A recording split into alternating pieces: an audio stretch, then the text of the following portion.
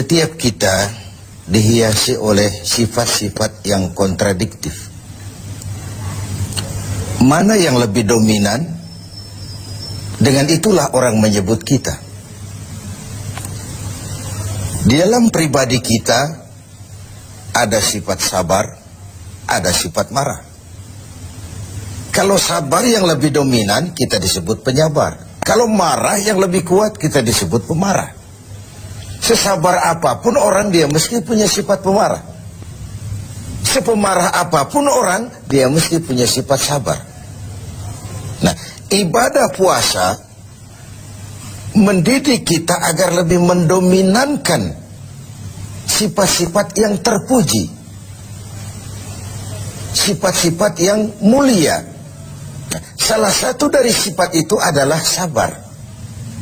Sebuah hadis baginda Rasul menyatakan as-siyamu junnatun fa idza kana yaumus siyami ahadikum fala yarfus wa la yafsuq wa in sabahu ahadun aw qatalahu falyaqul inni shaim inni shaim. Puasa adalah dinding, benteng. Apabila salah seorang kamu tengah berpuasa, janganlah berkata keji, berkata kotor. Kalaupun ada orang mencaci maki dia atau mengajaknya dia berkelahi, bertengkar, hendaklah dia berkata, maaf, saya sedang sabar. Maaf, saya sedang sabar.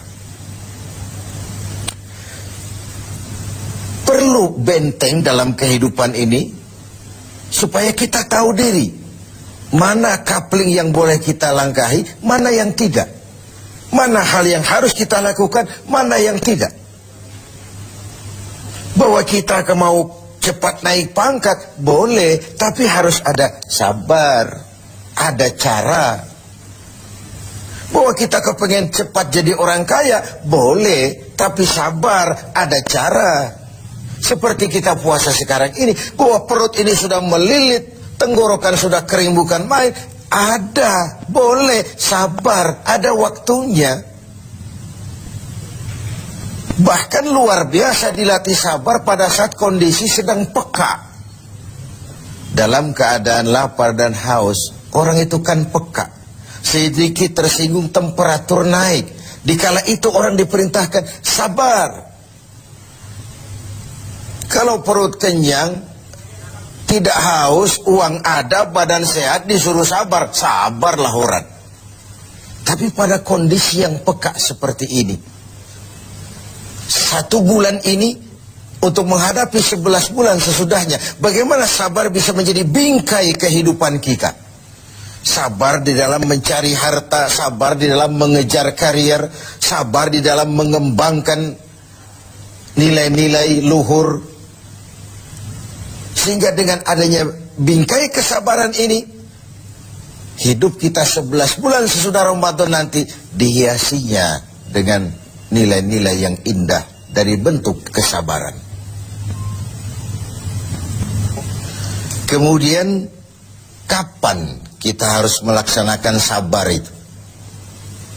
Umumnya di 3 tempat.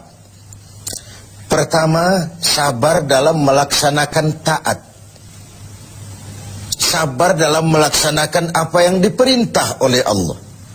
Karena pada saat kita sudah mengikrarkan diri, bersedia menjadi pelaksana perintah Allah, kala itulah cobaan, godaan, tantangan, rintangan selalu datang. Iblis, musuh utama kita, tidak pernah berhenti sekejap pun. Tiap kali kita berencana untuk melaksanakan taat, tiap saat itu pula iblis mengatur rencana bagaimana menggagalkan ini. Kita ingat dalam sejarah kurban, ketika Ibrahim diuji oleh Allah, turun perintah menyembelih putranya, ujian melaksanakan taat. Ialah kalau orang lain, anak cuma sebiji mata wayang, buah hati belahan jantung, pelanjut cerita, penerus sejarah, sudah lama diharapkan. Turun perintah seakan Tuhan ini berkata, Ibrahim, kau memang cinta kepadaku. Tapi setelah kau punya anak, masuk cinta anak ke dalam hatimu. Ayo buktikan, mana yang lebih besar, cintamu kepadaku atau cintamu kepada anakmu? Sembelih anakmu. Ketika Ibrahim akan melaksanakan perintah itu, iblis ngatur strategi. Ini gendeng ini Ibrahim. Luar biasa. Kalau tiap orang punya iman seperti ini, kata iblis, nggak ada teman kita di neraka. CS kita nggak ada sudah. Ini harus digagalkan. Datang iblis menggoda Ibrahim. Kenapa mau kau sembelih anakmu? Perintah Tuhan. Tuhan cuma sentimen sama kau Ibrahim. Dia tidak kepengen kau punya keturunan. Jangan dilaksanakan. Tidak ada urusan sama kau iblis. Ini perintah Allah. Mundur. Gagal menggoda Ibrahim. Iblis pindah menggoda Siti Hajar. Barangkali perempuan lebih mudah. Karena perempuan umumnya lebih panjang rambutnya dari pikirannya. Lebih peka perasaannya. Hajar, kau tahu anakmu mau dibawa kemana dengan suamimu? Mau disembelih. Masa sih? Kok sampai hati menyembelih anaknya sendiri? Katanya itu perintah Tuhannya. Oh, kata Siti Hajar. Kalau ini perintah Tuhan, jangankan cuma anakku Ismail. Aku pun ibunya mau ikut disembelih. Tidak ada urusan sama kau. Minggir. 2 kali kecewa iblis. Gila ini. Dikira perempuan imannya lemah, malah lebih hebat lagi. Tanggung-tanggung mau ikut disembelih sekalian. Gagal menggoda Siti Hajar. Turun iblis menemui Ismail kecil. Ismail, kau mau dibawa kemana sama bapamu? Gak tahu. Kau mau disembelih? Kenapa mau disembelih? Katanya itu perintah Tuhan. Kalau perintah Tuhan, iblis, zahir batin saya siap, zahir batin saya ikhlas. Iblis mau bicara lagi, Ismail ngambil kerikil kecil. Idhab ya la'in. Pergi laknat terkutuk kau. Tengoklah iblis, dia berputar saja di rumah tangga kita. Suaminya mantap, dia datang kepada istri. Istrinya teguh, dia datang kepada anak. Tidak akan berhenti usahanya di dalam kita menggagalkan upaya agar kita jangan mentaati perintah Allah. Sabar di dalam taat. Yang kedua, sabar di dalam meninggalkan maksiat. Di dalam meninggalkan yang dilarang. Orang tahu kita peminum, sudah mau berhenti, ada saja. Kau jangan bertingkahlah, kau kemarin kan pakarnya, sekarang aja. Sudah berhenti kita berjudi, Allah sekali-sekalilah. Sekali-sekali gak apalah, banyak saja bujukan, rayuan agar kita kembali kepada penyakit lama. Meninggalkan maksiat, meninggalkan yang dilarang Allah pun perlu kesabaran. Karena bukan main godaannya. Sebagaimana halnya juga dengan puasa ini. Puasa di Jakarta, di kota-kota besar, insya Allah pahalanya lebih besar daripada puasa di desa terpencil. Kenapa? Godaannya tidak seberat di kota besar. Di kota besar kita lihat tulisan gede-gede, hormati orang puasa. Di bawah yang makan biasa.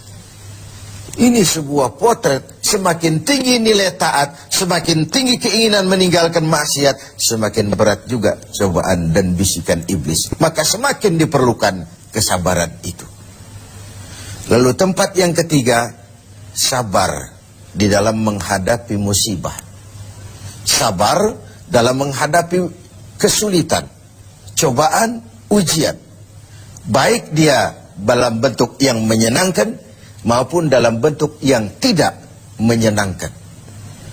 Kalau bukan sabar yang jadi bingkai, maka ketika datang kesusahan, kita akan seperti ayam sampar, hidup segan mati tak mau, bagai kerakap tumbuh di batu. Tetapi kalau bingkainya adalah sabar, kita akan seperti karang di tengah samudra, dihantam gelombang yang bagaimanapun besarnya, dia tetap tegar, berdiri dengan kokohnya. Begitulah orang-orang beriman yang diberikan bingkai sabar sebagai hasil pelaksanaan ibadah puasanya. Nah, sabar ini tentu tidak ada habisnya. Pada tatanan dan situasi tertentu ada batasnya memang. Tapi secara umum tidak boleh kita berkata habis sudah sabar saya. Ya mungkin dalam hal itu, tapi dalam hal lain tidak boleh sabar itu habis dalam kehidupan kita. Hanya orang-orang yang diberikan sifat sabar ini, seperti sudah dicontohkan bagaimana sabarnya Ibrahim, bagaimana sabarnya Siti Hajar, bagaimana sabarnya Ismail.